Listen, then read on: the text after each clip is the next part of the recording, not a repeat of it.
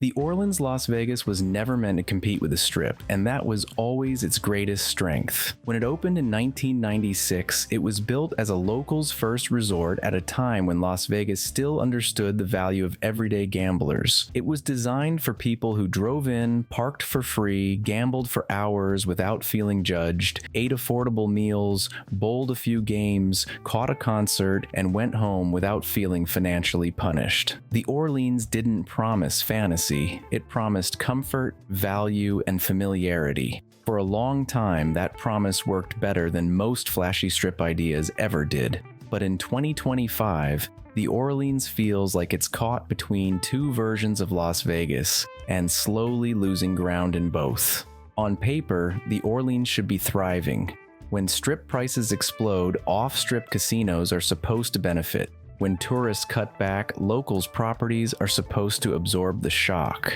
When luxury resorts struggle to fill rooms, value-oriented casinos should see stable traffic. Yet if you walk through the Orleans today, the energy tells a different story. It isn't empty, but it's thinner. Not dead, but quieter. The crowds skew older. The pace is slower, and the atmosphere feels like it's coasting on loyalty rather than excitement. Ownership plays a major role in this. The Orleans is operated by Boyd Gaming, a company known for consistency, caution, and long-term stability. Boyd doesn't chase trends. They don't gamble on billion-dollar reinventions or headline-grabbing attractions. Their philosophy has always been to protect cash flow and avoid unnecessary risk. That approach kept the Orleans profitable for decades, but it's also why the property now feels frozen in time. While Las Vegas evolved rapidly around it, the Orleans stayed largely the same. The casino floor reflects that perfectly. It's clean, organized, and functional, but undeniably dated. The lighting is subdued. The layout feels compressed. Many of the slot machines cater to long-time players rather than new audiences. There's nothing wrong with that for loyal guests, but it does nothing to attract new ones. In a city where even locals' casinos are introducing brighter designs, interactive gaming spaces, and social layouts, the Orleans looks like it stopped trying to impress anyone new a long time ago. The rooms tell a similar story. One of the Orleans' biggest strengths has always been room size. Even today, the rooms are spacious compared to many Strip properties. But size alone doesn't sell anymore. Furnishings feel tired, bathrooms show their age. The design language belongs to an earlier era of Vegas hospitality. Boyd has renovated pieces over the years, but never committed to a full property-wide refresh. Partial updates are expensive without being transformative, and guests notice the inconsistency. Some rooms feel acceptable, others feel neglected. That uneven experience slowly erodes trust. Relevance may be the biggest issue of all. The Orleans was built for a Las Vegas that revolved around value gambling, bowling leagues, buffets, and repeat local visits. That Vegas still exists, but it's shrinking. Younger locals don't center their social lives around casinos the way previous generations did. Online sports betting, mobile gaming, and non-gambling entertainment options have changed behavior. The Orleans didn't adapt to that shift. It waited, assuming the cycle would swing back. But waiting has consequences. Entertainment was once a major strength. The Orleans Arena hosted concerts, sporting events, and tournaments that filled hotel rooms and casino floors. Bowling tournaments alone brought in massive, reliable crowds. That business still exists, but it's no longer dominant. Newer venues offer better production, modern amenities, and stronger marketing. The Orleans Arena still books events, but they no longer redefine the property's energy the way they once did. Events come and go without reshaping the overall atmosphere. Food is another area where the erosion is subtle but real. The Orleans built its reputation on affordable, satisfying dining. Big portions, reasonable prices, comfort food that didn't insult your wallet. While prices have risen everywhere, the Orleans has lost its pricing shock factor without gaining enough quality improvement to compensate.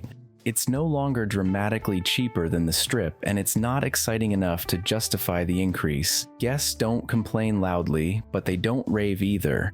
In Las Vegas, indifference is dangerous. Location adds another layer of complexity. The Orleans sits just west of the Strip, close enough to feel convenient but far enough to feel disconnected. That used to be ideal. People wanted an escape from Strip chaos without being isolated, but modern tourists are hyper-selective. You either want to be in the heart of the action or far away with a strong identity. Being almost Strip is no longer a selling point. The Orleans lives in a gray zone, and gray zones struggle in a city built on extremes. What makes this situation more complicated is that the Orleans is not collapsing financially. Boyd Gaming doesn't need explosive growth here. They need steady, predictable performance. But that conservative success model creates long-term vulnerability. When a property survives by staying average, it becomes exposed the moment the market shifts again, and Las Vegas always shifts. The locals' casino market has also evolved. Properties like Red Rock, Durango, and Green Valley Ranch have redefined what a locals resort looks like. They focus on dining, social spaces, lifestyle amenities, and modern design. They feel like extensions of the community rather than standalone gambling halls. Compared to them, the Orleans feels like a relic from a time when casinos were destinations rather than gathering places. It still serves its base, but it isn't growing it. Employees feel the tension as well. Longtime workers talk about slower shifts, tighter staffing, and fewer opportunities. Boyd is disciplined with labor costs, and that discipline shows. Service remains professional but stretched. The warmth that once defined locals' casinos is harder to sustain when every department is running lean. Guests may not consciously analyze it, but they feel the difference. There's also a generational challenge. Many of the Orleans' most loyal customers are aging. That loyalty doesn't automatically transfer to younger visitors. Without new reasons to visit, the customer base slowly shrinks. Boyd's strategy has always been to retain rather than reinvent, but retention only works when the retained audience remains stable. That assumption is becoming riskier every year. The irony is that the Orleans still has enormous potential. The bones are strong, the property is massive, parking is easy, the brand still carries trust among longtime locals.